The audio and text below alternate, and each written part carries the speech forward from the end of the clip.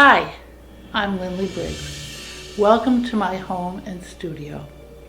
I've been living here with my husband Jeff in an assorted menagerie of dogs, cats, and birds for 50 years making art. I've discovered that most artists tack up inspirational images on their studio walls. It's not that you copy them, but instead use them as a springboard for a new piece. I also tack up images of my earlier works for inspiration. For example, the Seed Couple lithograph was done in 1985, and to the right of it are some seed sculptures that I made 6 months ago. Somehow I found my lithograph and got re-inspired. This other image of a lady flying on the back of a bird inspired me to create the image above it, Morning Flight. And lastly, a great influence on my sculpture has been Spencer Tunick, who photographs multiple nudes all over the world. He influenced the piece that I call United at the Beach. Rarely do I make an entire piece from start to finish. Instead, I create small, detailed sculptures of my favorite personal icons: faces, hands, wings, shells, and clouds, and combine them into a new, more meaningful whole. This is how I begin a new piece. I've already sculpted countless sets of bird wings. I select an appropriate set and then select one of the many faces I've sculpted. Next, I design the proportions of a bird body. The bird body will be sculpted in plaster, and the wings and face will be synthesized onto the body to create a new mixed media sculpture. A mold will be made, and then I will cast the new piece in resin. This is the new ginkgo leaf sculpture. I'm combining my brand new piece, Reverie, with some ginkgo leaves, which I sculpted last year. This is a piece that I've always loved. It's a hinged sculptural relief that can stand on its own. The inside shows an imagined scene in a summer sky. The outside of the sculpture is made up of archetypal male and female profiles. The piece was inspired by a small hinged bronze medal that I created in a workshop, closed to the undesirable, open to the infinite. I was intrigued by the concept of a relief sculpture that could stand on its own, so I made a bigger one. So here are some more inspirational walls. Needless to say, I love butterfly wings, I love flying figures, and Greco-Roman profiles. So these are all things that I've put up to inspire me. This is one of my favorite materials, Super Sculpey. A lot of people don't take it seriously, but it's a wonderful material to make small sculptural elements. You can see from these snails here, they were made in Super Sculpey. They were made over into a bronze sculpture. You can sand it, rasp it, do all sorts of things to do before you bake it, and then you can add more. I like it especially because it's not too hard on your hands. It's like working with wax. It's that soft. When I'm done sculpting, I spray the piece white so I can see all the minor imperfections. And then I sand it some more. And then I usually make a mold and cast it in resin. You can see some of these pieces here. For example, the Seed Couple, I made the original in Super Sculpey and then bonded them together. And of course, many, many, many hands. The original of the hands were made in Super Sculpey. You can see here I actually did my self-portrait for a show in Super Sculpey. And when it was done, you can see the remnants of the white that I sprayed it and sanded it. And then a mold was made and it was cast in resin and it was entered into a show. My latest piece, Reverie, was made in Superscopy. And again, you can see the remnants of the white where I sanded it after I sprayed it. And again, I made a mold and cast it. I'm very fortunate I have a friend who used to work for the Mint who has graciously offered to make computer reductions for me at a reduced price. He reduced Reverie to 2 inches, and now I put it in a shell, and that's called Reverie at the Beach. People ask me where I get my inspiration. The inspiration for my work all started with my mother. I grew up surrounded by her whimsical, imaginative paintings on the walls of our family home. Mother sparked my imagination with her love of the mythology of ancient Greece and Rome. We frequently went to museums. I was totally intrigued by the gods and goddesses of classical mythology. While growing up, we always collected nature specimens: shells, starfish, birds' nests, rocks, and interesting branches. I've always filled my living spaces with these collections. As you can see, they've long become an integral part of my image library. As a child, I remember having an amazing, vividly colored dream.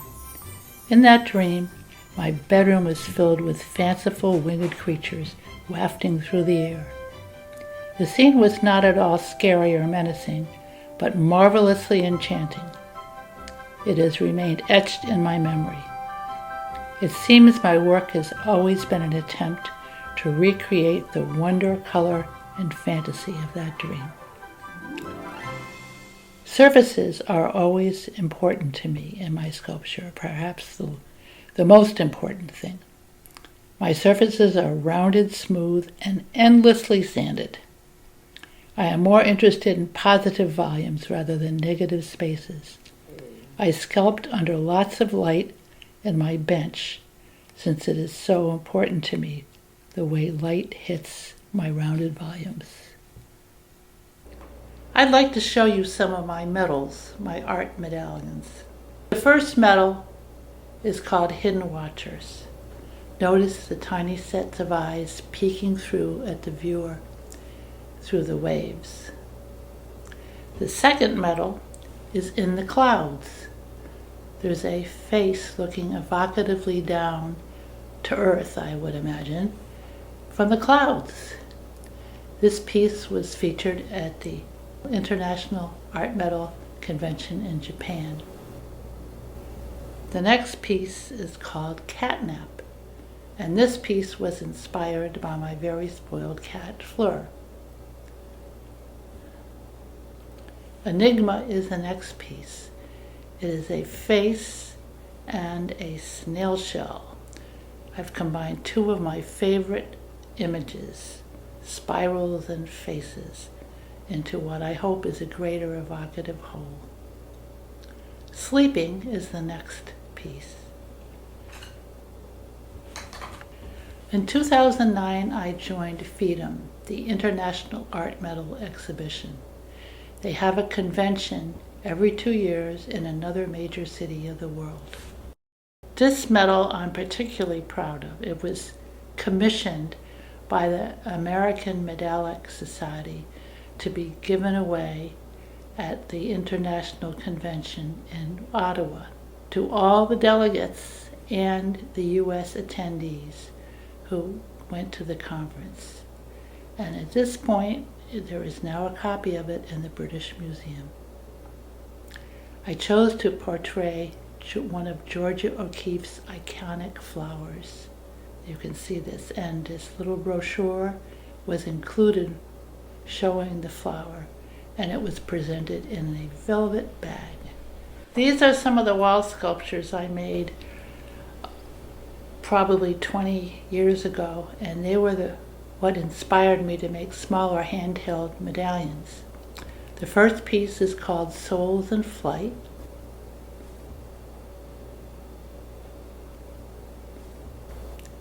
The second piece is Dance of Spring.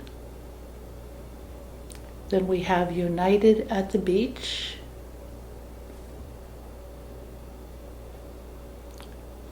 Right in Flight, and the Whisper Series medallions.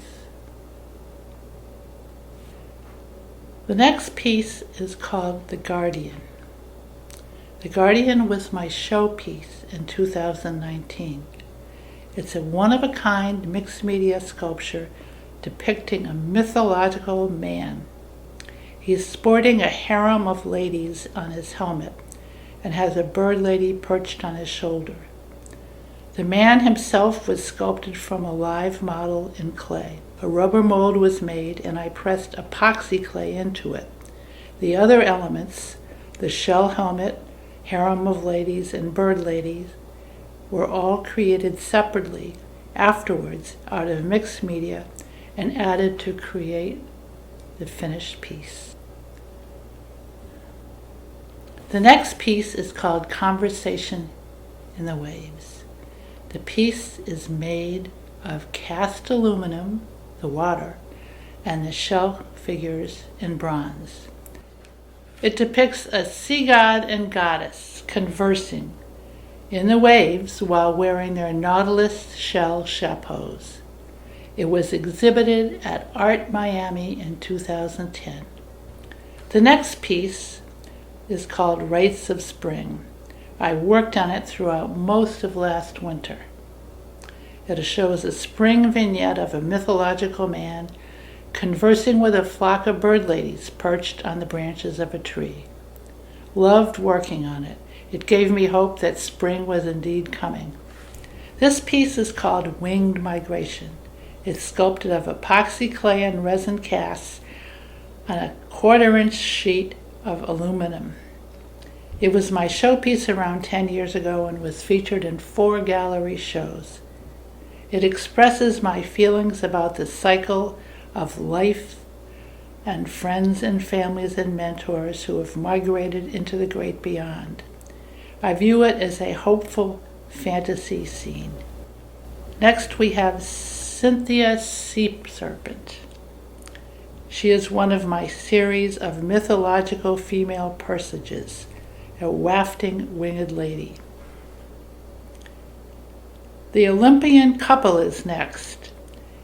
They're both male and female, are mixed media assemblages and are figments of my imagination. They are made of epoxy clay and resin.